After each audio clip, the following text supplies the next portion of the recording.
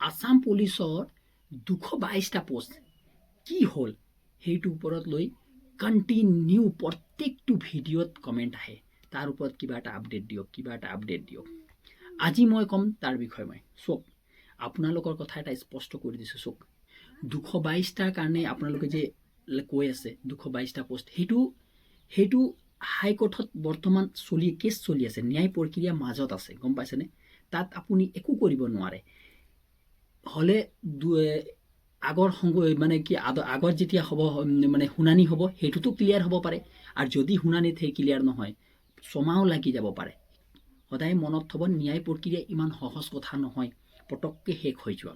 এতিয়া আপডেটৰ কথাটো ক'বলৈ গ'লে বৰ্তমান মই কৈছোঁ যে ডিচেম্বৰত হ'বৰ কথা আছিলে, কিন্তু ডিচেম্বৰত নহ'ল, জানুৱাৰীত হোৱা কথা আছে।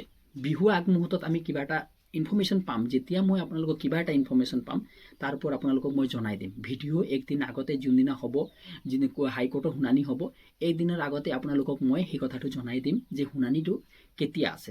সেইটো কাৰণে আপোনালোকক ভয় খাবলগীয়া একো কথা নাই, বা সন্দেহ বা মনত ভাবি থাকিবলগীয়া একো কথা নাই। এতিয়া আপোনালোকৰ বৰ্তমান প্ৰেজেণ্টৰ কাম হৈছে ৰিষ্টাৰ্ট কৰা, গম পাইছেনে? সেইটোৰ আশাত থাকিলে আপোনালোকৰ নহ'ব। যিবিলাকৰ হৈ গ'ল 222টা পোষ্ট আছে। যদি আপোনালোকৰ ভাগ্যত সঁচাকৈ আপোনালোকে যুক্তিপূৰ্ণভাৱে যুঁজি আছে, ন্যায় যুদ্ধ যুঁজি আছে, তো আপোনালোকে পাবই, সেইটোত ভয় কাঢ়িবলগীয়া কথা নাই। কিন্তু সেইটো পাম বুলি আশাত থাকি কিনি আপোনালোকে যদি ৰিষ্টাৰ্ট কৰা নাই, তো সেইটো আপোনালোকৰ ভুল হয়। সেইটো মই আগতে কৈ দিছোঁ, আপোনালোকে ৰিষ্টাৰ্ট কৰক। আসাম পুলিচৰ লাষ্ট ডেট আহিছে, অনলাইনটো কৰি লওক। যদি আপোনাৰ বয়স গৈছে তেনেহ'লে আপোনালোকে চিভিল ডিফেন্স বা VDPৰ আপোনালোকে চাৰ্টিফিকেট ওলোৱাওক। চিভিল ডিফেন্সটো নোৱাৰে, কিন্তু VDPৰ চাৰ্টিফিকেট ওলোৱাওক।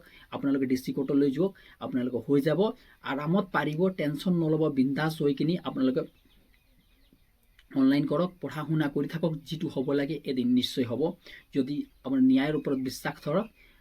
যদি ভিডিঅ'টো যদি ভাল লাগিলে, ইনফৰ্মেটিভ লাগিলে, চেনেলটো ছাবস্ক্ৰাইব কৰিবলৈ নাপাহৰিবা। ধন্যবাদ। জয় আই অসম।